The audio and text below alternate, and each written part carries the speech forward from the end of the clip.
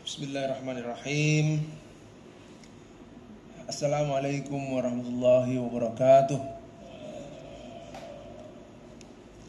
Alhamdulillah. Alhamdulillahi rabbil alamin. Nahmaduhu wa nasta'inuhu wa nastaghfiruh. Wa na'udzu billahi min shururi anfusina wa min sayyiati a'malina. Man yahdihillahu fala mudilla lahu wa man yudlil falan tajida lahu waliyan mursyida. Ashhadu an la ilaha illallah wahdahu la syarika lah wa ashhadu anna Muhammadan abduhu wa rasuluhu la nabiyya ba'dah. Allahumma salli wa sallim wa barik ala nabiyyina Muhammadin sadiqil wa'dil amin wa ala alihi wa sahbihi wa man sara ala nahjihi ajma'in wa ba'd. Qala al-musannifu as-salatu. Qala al-musannifu rahimahullah wa nafa'ana bihi wa bi'ulumihi fit daraini.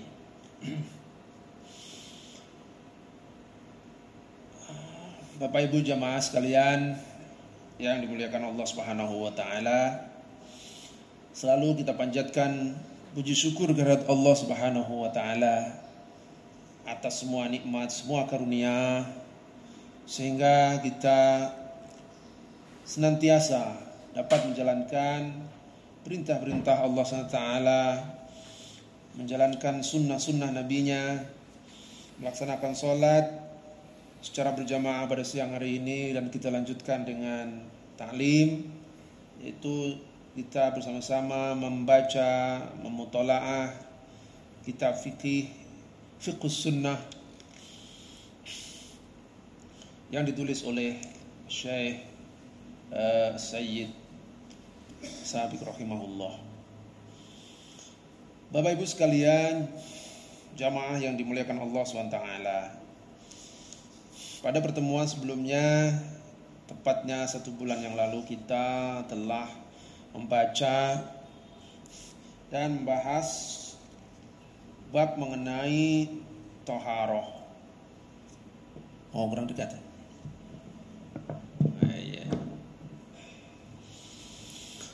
Dan kita sudah sampai di bagian akhir bab thaharah, yaitu mengenai darah haid, darah nifas, dan darah istihadah. Pada pertemuan ini, pada siang hari ini, kita akan lanjutkan pada bab kedua atau bab selanjutnya, yaitu bab sholat. Jadi sebelum sholat, thaharah, setelah thaharah, sholat. Bapak Ibu yang dimuliakan Allah, sesungguhnya sholat ini merupakan kewajiban dan perintah agama dan memiliki kedudukan yang sangat fundamental di dalam agama Islam, sehingga kewajiban melaksanakan sholat ditekankan sedemikian rupa, dan ancaman bagi mereka yang meninggalkan sholat itu juga diancam dengan ancaman yang sangat berat. Bahkan apabila ada di antara kita yang meninggalkan sholat dengan sengaja dan meyakininya bahwa itu bukan bagian dari kewajiban agama kita, maka dia oleh para ulama sudah dapat dihukumi sebagai orang yang kafir atau keluar daripada Islam, karena ini merupakan rukun daripada agama Islam. Jadi kalau sudah meyakini itu bukan bagian atau bukan kewajiban kita sebagai muslim untuk melaksanakannya, nah dia sudah menjadi kufur atau murtad, keluar dari Islam. Tapi kalau dia tidak mengerjakan sholat karena malas-malasan atau karena alasan-alasan yang tidak dibenarkan oleh tidak dibenarkan secara syar'i, ya entah karena malas, entah karena dia dalam perjalanan, ya terus dia meninggalkan sholat ya dengan sengaja, tetapi dia tidak mengingkari bahwa itu kewajiban agama, ya masih percaya itu wajib. Nah, cuma dia tidak mengerjakannya karena dia jadi karena malas atau karena alasan-alasan yang tidak syar'i misalnya. Nah, itu merupakan perdebatan para ulama. Sebagian ulama mengatakan dia sudah kafir, sebagian lagi menyatakan dia seorang yang fasik, ya, tapi tidak keluar daripada keislamannya. Bapak Ibu jamaah sekalian dimuliakan Allah SWT, baik kita mulai saja pembahasan tentang bab solat. Mungkin pada hari ini masih seputar mukaddimahnya saja. Sebenarnya tata cara dan lain sebagainya kita sama-sama melaksanakannya. Tapi ada baiknya ya, dan juga ngalap berkah ya istilahnya. Ini adalah ilmu ya. Insyaallah ini akan bermanfaat kalau sama-sama kita baca dan menambah pengetahuan kita, semakin memantapkan pengetahuan kita sehingga amalan-amalan ibadah yang kita lakukan itu betul-betul kita dasari dengan pengetahuan ya. Kita tidak melakukan sesuatu yang kita tidak tahu ilmunya. Nah, kata la taqfu ma laisa laka bihi ilmun. Janganlah kamu mengikuti sesuatu yang kamu tidak tahu atau tidak memiliki pengetahuan tentangnya. Jangan kamu melakukan sesuatu yang kamu tidak memiliki pengetahuan tentangnya. Baik. Bismillahirrahmanirrahim. Qala al-musannifu rahimahullahu wa nafa'ana bihi wa bi'ulumihi fid dharaini as-salatu. Ya. Jadi dibaca as-salatu, bukan as-salata, bukan as-salati, as-salatu. Aslinya begitu ya. As-salatu ibadatun tatadammanu aqwalan wa af'alan makhsusah muftatahatun bitakbirillahi ta'ala muhtatamatun bitaslim. Nah ini pengertian solat. Solat ya, menurut fikih, dalam terminologi fikih ya, oleh Sayyid Sabiq diartikan sebagai ibadah ya, sebagai ibadah, bentuk kita berubudiyah kepada Allah Subhanahu wa taala. Tatadammanu yang mana ibadah itu meliputi aqwalan wa af'alan. Ada ucapan ya, ada perkataan-perkataan, wa af'alan, dan ada tindakan atau perbuatan. Ya. Makhsusatun itu artinya dia mengkhususkan. Ini naatnya. Jadi perkataan dan perbuatan yang ya, makhsusah, yang khusus itu.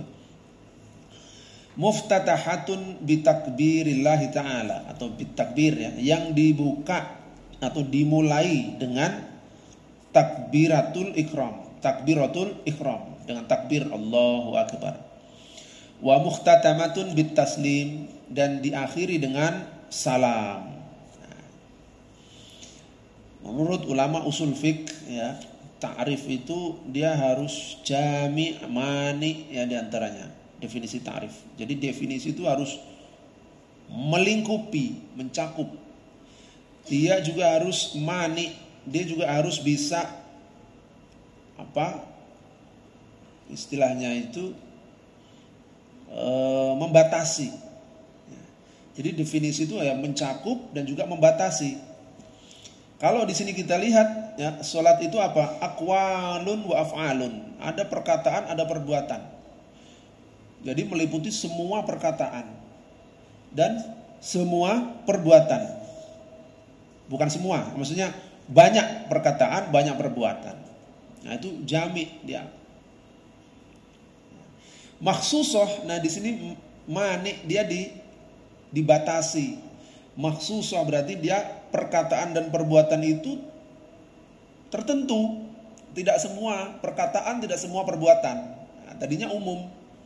Perkataan atau ucapan ya, kan kita mengucapkan Allahu Akbar ya, kita juga melakukan gerakan. Nah, itu ada ucapan, ada gerakan ya. Nah di sini di mani ya, itu dibatasi, nggak semua ucapan, nggak semua gerakan, tetapi gerakan dan ucapan yang makhsusah, yang tertentu, yang khusus Seperti apa khususnya? Ya. Nah, nanti kan ada penjelasannya. Sholat itu kan kita tahu ya, seperti apa. Gerakan-gerakan khusus, ucapan-ucapan khusus, bacaan-bacaan khusus. Muftatahatun yang dimulai ya bitakbirillahi ta'ala, dengan bacaan takbir. Jadi Bapak Ibu ya sudah melakukan gerakan, sudah membaca bacaan-bacaan dalam sholat ya. Nah ini manik lagi, dibatasi lagi. Kalau dia tidak dibuka dengan takbiratul ihram, maka itu tidak atau bukan merupakan ibadah sholat gitu. Jadi sudah Bismillahirrahmanirrahim, Alhamdulillahirabbil alamin, sudah berdiri, sudah baca bismillah ya, sudah habis itu baca surat dalam Al-Quran, baca surat, kemudian ruku, takbir lagi, berdiri lagi, sujud dan seterusnya sampai terakhir. Nggak pakai takbiratul ihram, nggak dimulai dari takbiratul ihram, maka itu nggak termasuk sholat atau nggak dihitung sebagai amalan sholat gitu ya. Muhtatamatun bitaslim, dan ditutup dengan salam. Sudah dibuka dengan Allahu Akbar, baca Fatihah, baca surat ya, ruku, i'tidal, seterusnya sujud ya. Sudah baca tahiyat akhir tapi nggak salam ya. Berarti sholatnya belum selesai gitu. Nah, ini definisi daripada sholat. Jadi kalau Bapak Ibu sholat, dipastikan dibuka dengan Allahu Akbar ya. Ada yang mengangkat tangan ya, ada yang mengangkatnya lebih tinggi ya. Setelah itu kemudian ada yang menaruhnya di bawah perut, di bawah pusar, ada yang di atas pusar, di bawah dada. Nah, ini macam-macam gerakan ya. Nah, itu tidak masalah. Ada yang Allahu Akbar berdiri tegak, itu ada ya. Semuanya ada riwayatnya. Nah, itu perbedaan-perbedaan, tapi prinsipnya yang wajib itu mengucapkan takbiratul ihram. Ada Allahu Akbar. Nah, itu baru dimulai masuk sholat. Itu. Kemudian apa? Ya, bitakbiratul ihram, muhtatamatun bitaslim, dan diakhiri dengan salam. Nah, itulah. Adapun bacaan-bacaan, kemudian gerakan-gerakan ya, itu memang periwayatannya banyak sekali ya, dan itu tidak masalah. Kita mengikuti sepanjang ada periwayatannya dan yang sudah kita pelajari selama ini, yaitu betul ya. Kita mengikuti selama ini ya, takbir diangkat ya sini, kemudian taruh di sini ya. Sudah seperti itu, dan itu semuanya ada dasarnya. Tidak nanti bingung lagi, ada yang ini bagaimana, nanti jadi pertentangan. Sudah, saya besok kalau begitu begini saja, saya melihat dalilnya ya. Kita cukup mempelajari dari ulamanya gitu ya. Baik, Bapak Ibu sekalian dimuliakan Allah. Itu definisi manzilatuha fil Islam. Nah, sekarang kedudukan ibadah sholat di dalam agama kita. Ya. Walis sholati, kata al-musannif di sini, fil Islami manzilatun la tu'addiluha manzilatu ayyati ibadatin ukhra. Ya, jadi sholat itu di dalam agama kita memiliki kedudukan yang tidak ada bandingnya dengan ibadah-ibadah yang lain. La tu'adiluha aw la tu'adiluha, la tu'adiluha aw la tu'adiluha. Tidak ada yang menandinginya. Fahiya imaduddin alladzi la yaqumu illa bihi. Karena sholat merupakan tiang daripada Islam, tiang daripada agama ini. Alladzi la yaqumu illa bihi, yang mana agama ini tidak bisa berdiri kokoh tanpa adanya tiang itu, tiang sebut, yaitu salat. Qala Rasulullah sallallahu alaihi wasallam, ra'sul amri al-islam wa umuduhu as-salatu wa darwatu sanamihi al-jihadu fi sabilillah. Kata Rasulullah sallallahu alaihi wasallam ya, beliau bersabda, ra'sul amri al-islam. Jadi kepalanya itu segala hal ya, segala al-amru itu maksudnya perkara ya, itu al-Islam. Islam ini merupakan mahkota. Jadi kita hidup itu kita memiliki mahkota karena kita berislam, beragama Islam. Al-Islam ya'lu wala yu'la alaihi. Dia tinggi. Ya, dia itu ibaratnya adalah kepalanya. Wa umuduhu as-salatu. Adapun tiang-tiang penyangganya, penopangnya itu salat yang kita lakukan. Jadi kepala kita ini ya, kalau tidak ada penyangganya ya nggak bisa tegak. Ibaratnya begitu. Kita nggak tegak, kita nggak bisa menjadi tinggi. Ya. Wa darwatu sanamihi al-jihadu fi sabilillah.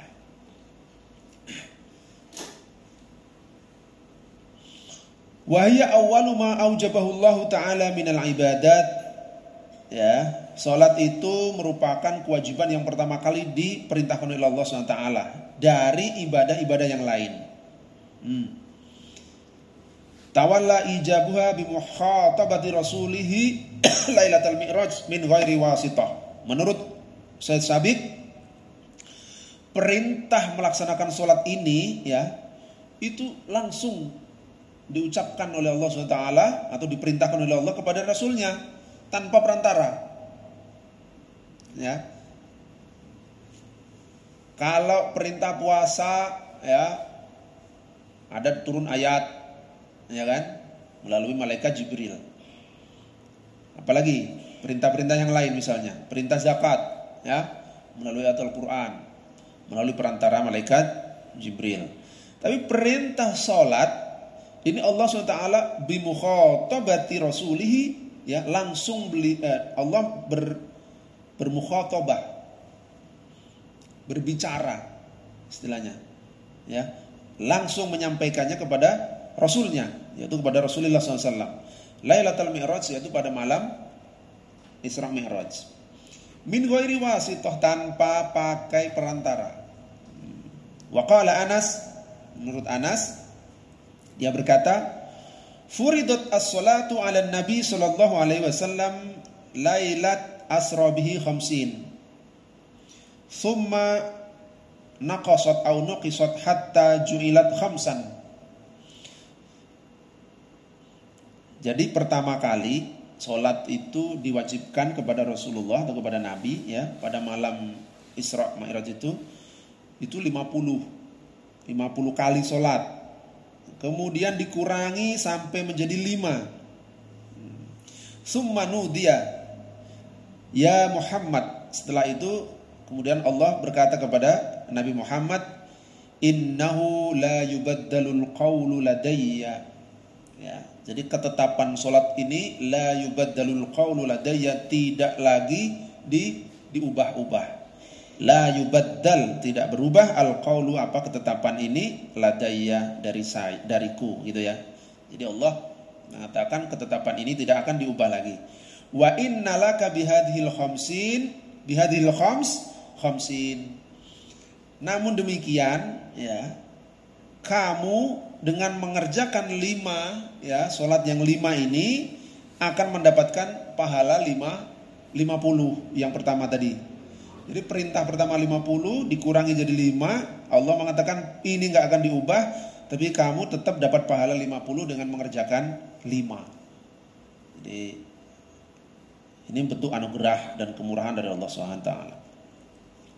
Karena itu mestinya kita tidak bermalas-malasan untuk melaksanakan sholat ya, apalagi sholat diundur-undur, yang isya mendekati subuh ya, kemudian apalagi yang subuh mendekati duha, banyak gak yang begitu? Rawahu Ahmad wan Nasai. Baik. Kemudian dinukil dari Abdullah bin Qurt, qala Rasulullah sallallahu alaihi wasallam, awwalu ma yuhasabu alaihi al-'abdu yaumal qiyamati as-salat. Pertama yang akan dihisab kelak di hari kiamat ya dari seorang hamba ya, itu adalah amalan salatnya. Fa in salahat salaha sairu amali, fa in saluhat saluha sairu amalihi. Kalau salatnya benar ya, dia selamat waktu dihisab, sholatnya bagus, baik, maka saluha sairu amalihi, maka amal-amal dia yang lain pasti akan baik. Kok bisa?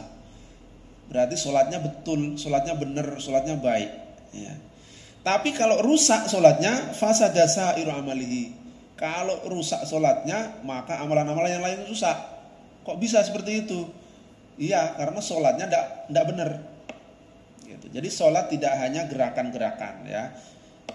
Jadi kalau dalam terminologi fikih, ya dia tadi yang saya sebutkan, aqwalun wa af'alun, perkataan atau ucapan dan perbuatan atau tindakan atau gerakan, ya, yang khusus dimulai dengan takbir, ditutup dengan salam. Di dalamnya ada bacaan-bacaan. Nah, itu terminologi fikih. Nah, di luar itu, ya, kita mesti memahami bahwa sholat itu tidak hanya bacaan dan gerakan, tetapi sholat itu adalah kita bagaimana kita sedang berkomunikasi dengan pencipta kita. Kita sedang mengingat, ya. Wa aqimis sholata li dzikri. Jadi kerjakanlah sholat, tegakkanlah sholat li dzikri. Kata Allah, untuk apa? Untuk mengingatku. Jadi tidak hanya takbir, baca ini, baca itu, sujud dan lain sebagainya, salam, selesai. Ya, itu fikihnya selesai. Kitab ininya sudah terpenuhi oleh kita, ya. Nah, tetapi tujuan sholat, inti daripada sholat, ya, itu aqimis sholata li dzikri. Oleh karena itu, kalau kita belum sampai pada tingkat aqimis sholata li dzikri, ya, bisa jadi sholat kita belum menyebabkan amalan-amalan kita menjadi baik. Bisa jadi sholat kita masih tergolong sholat yang rusak atau fasad, sehingga amalan-amalan kita menjadi amalan yang tidak baik. Kenapa demikian? Karena sholat yang benar, sholat yang saleh, ya, itu dia bisa mencegah daripada al-fahsya wal munkar. Jadi kalau sholatnya benar, ya, maka amalan-amalan dia pasti akan benar, karena dia akan menghindarkan daripada al-fahsya wal munkar. Dia akan terhindar dari perbuatan-perbuatan tercela dan perbuatan-perbuatan yang maksiat, mungkar. Nah, Bapak Ibu jamaah sekalian dimuliakan Allah SWT. Jadi aqimis sholata li dzikri, ya, kerjakan sholat, tegakkan sholat, ya, li dzikri, ya, untuk mengingat Allah Subhanahu wa taala.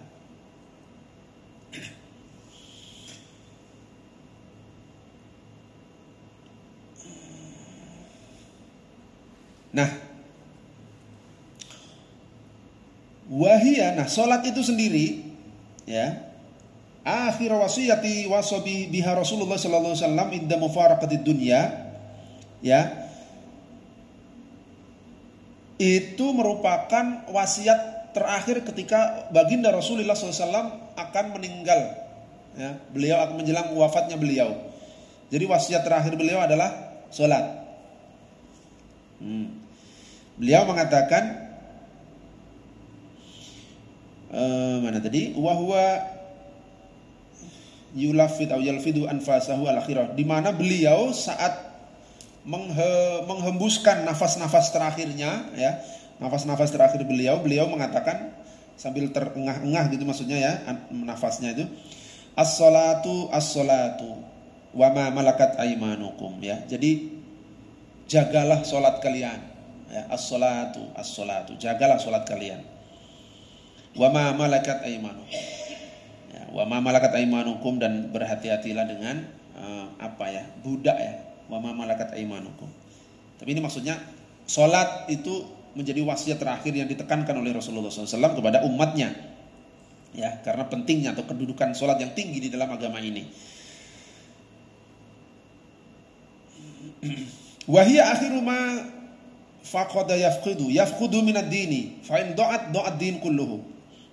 Dan salat itu, ya, merupakan ibadah yang paling akhir dicabut dari agama ini atau yang hilang dari agama ini. Fa in da'at din kulluhu. Kalau sudah hilang salat ini, artinya tidak lagi ada orang yang mengerjakan salat, selesai agama Islam. Doa ad-din kulluh, ya. Maksudnya apa? Orang kalau sudah nggak mau sholat, dia sudah tidak dianggap sebagai orang Islam, kira-kira begitu. Karena kedudukan sholat yang begitu tinggi di dalam agama ini. Qala Rasulullah sallallahu alaihi wasallam, naqadu tanqudu la tanqudunna ural islami urwatan fakullama intaqadat urwatun tashabbathan nasu billati taliha fa awwaluhunna naqdan al-hukmu wa akhiruhunna as-salatu, kata Rasulullah sallallahu alaihi wasallam. Ya. Jadi beliau mengatakan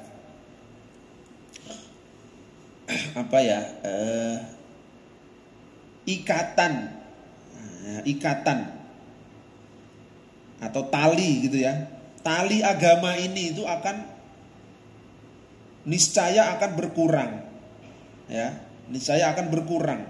Urwah maksudnya satu demi satu. Ketika satu tali atau satu pengikat agama ini sudah hilang, ya, maka orang-orang ini akan berpegang kepada tali yang berikutnya. Maksudnya apa?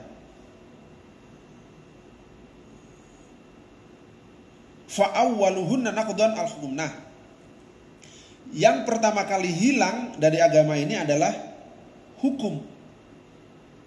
Al-hukmu. Ya. Jadi agama ini diikat dengan, istilahnya dalam hadis ini ya, dengan ikatan-ikatan atau dihimpun. Agama ini dihimpun. Kalau ikatannya itu hilang, ya, maka orang-orang ini akan kehilangan, dia akan berpegang kepada yang berikutnya. Dan yang pertama kali hilang, kata Rasulullah, adalah hukum. Artinya hukum Islam ini tidak lagi ditegakkan. Ini sudah disabdakan oleh Rasulullah SAW, ya, jauh sebelum ini. Nah, mungkin kita sudah bisa menyaksikan bagaimana hukum Islam tidak lagi ditegakkan di muka bumi ini. Wa akhiruhunna as-salatu. Dan yang paling akhir akan hilang dari tali agama ini, dari himpunan-himpunan tadi itu, adalah salat. Nah. Okay. Rawahu Ibnu Hibban min hadis Abi Umamah.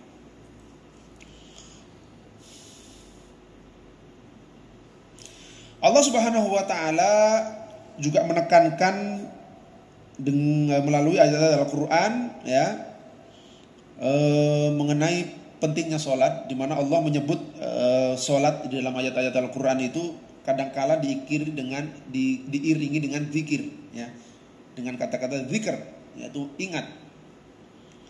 Misalnya di sini surah Al-Ankabut ayat 45, Allah berfirman, innas salata tanha 'anil fahsya'i wal munkar, ya, wala dzikrullahi akbar. Jadi salat, ya, itu akan mencegah pelakunya dari berbuat fahsya, keji, wal munkar, dan perbuatan mungkar.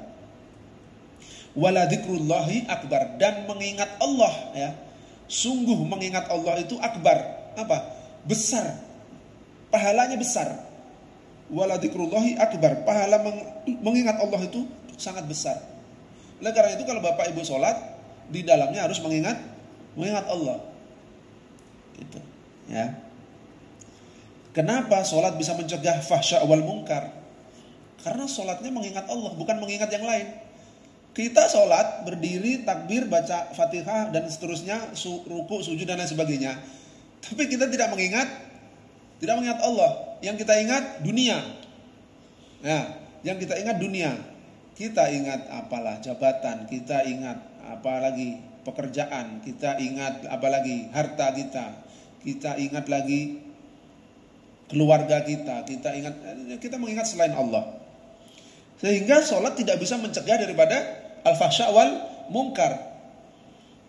Tapi kalau Bapak, Ibu, dan kita semua melaksanakan sholat dan kita mengingat kepada Allah SWT, maka poinnya adalah zikr kepada Allah Subhanahu wa ta'ala. Orang kalau dia ingat kepada Allah SWT, kata Allah, wadhkurullaha katsiran, dan ingatlah Allah katsiran. Katsir itu apa? Banyak. Dan ingatlah Allah sebanyak-banyaknya sepanjang hidup, ya, itu mengingat Allah. Wadhkurullaha, ya, qiyaman wa qu'udan wa ala junubikum. kamu saat berdiri, kamu saat duduk, saat kamu berbaring, saat kita berbaring, ya, itu menandakan bahwa mengingat Allah ini diperintahkan sepanjang hidup, sepanjang waktu. Qu'udan, qiyaman wa qu'udan, ya berdiri, ya saat duduk, ya saat berbaring, ya, itu diperintahkan untuk mengingat Allah. Kenapa? Karena poinnya sholat di situ, dia bisa mencegah fahsya wal mungkar. Kalau bapak, ibu, dan kita semua ingat kepada Allah SWT, kira-kira saat akan melakukan perbuatan maksiat, atau begini, saat kita melakukan maksiat, kira-kira saat itu kita ingat Allah atau tidak? Hah? Saat kita melakukan maksiat, saat itu kita tidak sedang mengingat Allah. Makanya kita melakukan maksiat. Bagaimana kita bisa mengingat, ya? Kita sedang melakukan perbuatan yang dilarang oleh Allah SWT. Jadi kalau sholat kita itu tidak khusyuk, sholat kita tidak kepada zikrullah, ya, tidak ditujukan untuk mengingat Allah. Bahkan setelah sholat kita juga diperintahkan oleh Allah untuk mengingat Allah. Ya, tadi qiyaman wa qu'udan wa ala junubikum. Bahkan saat berdiri, saat kapanpun itu perintahnya adalah zikr kepada Allah Subhanahu wa ta'ala. Karena itu yang akan tanha anil fahsya'i wal mungkar. Salat bisa mencegah perbuatan fahsya dan mungkar. Baik Bapak Ibu sekalian dimuliakan Allah Taala. Hari ini kita mukadimah saja pengertian salat dan kedudukannya dalam agama ini, dan banyak sekali ayat-ayat yang dikutip oleh Sayyid Sabiq, ya, kaitannya dengan keutamaan salat ini. Qad aflaha man tazakka wa dzakara isma rabbih fa shalla, ya. Sungguh beruntung orang yang tazakka, itu mensucikan dirinya, wa dzakara isma rabbih fa shalla, dan yang mengingat nama Allah atau mengingat nama Tuhannya, fa shalla, lalu dia salat. Ya, selalu dengan zikir, ya. Wa aqimis sholata lidzikri, ya. Tegakkanlah salat untuk mengingatku. Surah Thaha ayat 14. Nah, oke. Jadi itu pentingnya atau kedudukan sholat di dalam agama. Waqad balagha min inayatil Islam bis sholati wa anna amra bil muhafadhu 'alaiha fil hadri was safar wal amni wal khauf. Jadi sholat itu tidak bisa ditinggalkan, ya, baik sedang dalam perjalanan maupun sedang di dalam mau dalam mukim, ya, hadir maupun safar, tidak bepergian maupun dalam bepergian. Wal amnu wal khauf, baik saat tenang, ya, maupun saat khauf, saat perang, ya. Sholat tetap sholat, ya. Karena ini perintah tidak gugur, ya. Dalam perjalanan ada cara-cara untuk melakukan sholat. Dalam keadaan berperang juga ada cara-cara untuk melakukannya, tapi tidak boleh ditinggal, ya, tidak boleh ditinggal kecuali ada udzur syar'i. Kata Allah Subhanahu wa taala, hafidhu 'alas sholawati was sholatil wusta wa qumu lillahi qanitin, ya. Surah Al-Baqarah. Wa in khiftum farijalan aw rukbana, ya, kalau kamu dalam keadaan takut, ya, wa in khiftum farijalan aw rukbana, maka bisa dengan berjalan, ya, berdiri, maksudnya berjalan, aw rukbanan, atau dalam kendaraan. Jadi bisa, ya, kita sholat di dalam kendaraan. Kita takut akan kehilangan waktu sholat misalnya. Wa in khiftum, kamu khawatir, ya, kamu nggak akan bisa mengerjakan sholat nanti. Wah, saya nanti nggak bisa mengerjakan sholat ini kalau saya. Nah, boleh sholat di dalam perjalanan, naik pesawat misalnya, boleh. Fa idza amintum, kalau dalam keadaan tenang, ya, fadhkurullaha kama 'allamakum ma lam takunu ta'lamun, maka ya kita sholat seperti biasa. Allah juga mengatakan mubinan kaifiyataha fis safari wal harbi wal amni. Allah juga menjelaskan cara-cara melakukan sholat dalam perjalanan, di dalam perang, wal amni, dan dalam keadaan damai atau tenang. Dalam surah An-Nisa 102-103, ya. Panjang ayatnya, gak usah dibaca, ya. Nah, itu Bapak Ibu bisa baca, dicarikan terjemahnya, ya. Jadi itu cara melakukan sholat. Jadi dia tidak gugur saat perang, saat tidak perang, saat perjalanan atau tidak. Di luar itu Allah Subhanahu wa taala juga mengancam dengan ancaman yang keras, ya. bagi mereka yang meninggalkan salat. Faqala jalla sya'nuhu fa khalafa min ba'dihim khalfun adha'u salata wattaba'u syawati fasawfa yalqauna ghayya. Surah Maryam ayat 59. Fa khalafa, maka datanglah min ba'dihim, setelah mereka itu, khalfun ya, atau golongan itu, khalfun ya. Adha'u salata, di mana generasi yang datang setelah mereka itu adha'u salat, yaitu menyia-nyiakan salat, ya, meninggalkan salat. Wattaba'u syahwat, dan mengikuti hawa nafsu. Fasaufa yalqauna ghayya, maka sungguh mereka akan mendapati azab, ya. Mendapati azab. Mereka akan tersesat dan mendapati azab. Fawailul lil musallin alladzina hum an salatihim sahun. Orang yang salat, yang tadi takbir, baca ini dan takbir dan gerak ini dan itu ya, tetapi mereka abai akan salatnya, ya. Itu juga orang yang celaka. Wail, celaka. Ya.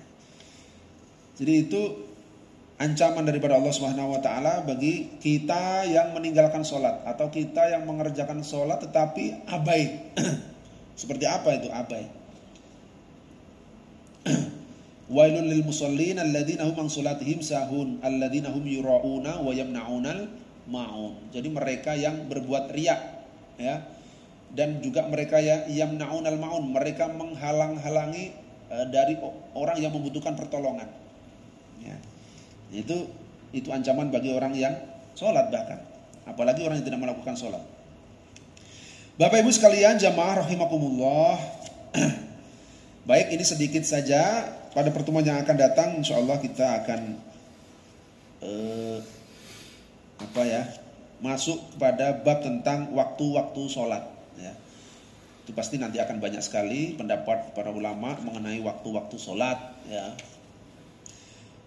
Insyaallah hari ini cukup kita muqaddimah saja tentang pentingnya sholat, ancaman bagi mereka yang meninggalkan baik secara sengaja maupun meninggalkan karena malas-malasan. Nah, ya. Jadi mudah-mudahan kita terhindar dari keduanya, meninggalkan sholat baik sengaja, na'udzubillah, maupun bermalas-malasan, ya. Jadi kita mudah-mudahan selalu, ya, mengingat kepada Allah SWT baik kala melaksanakan sholat maupun saat tidak sedang melaksanakan sholat. Wallahu a'lam bishawab. Wassalamualaikum warahmatullahi wabarakatuh.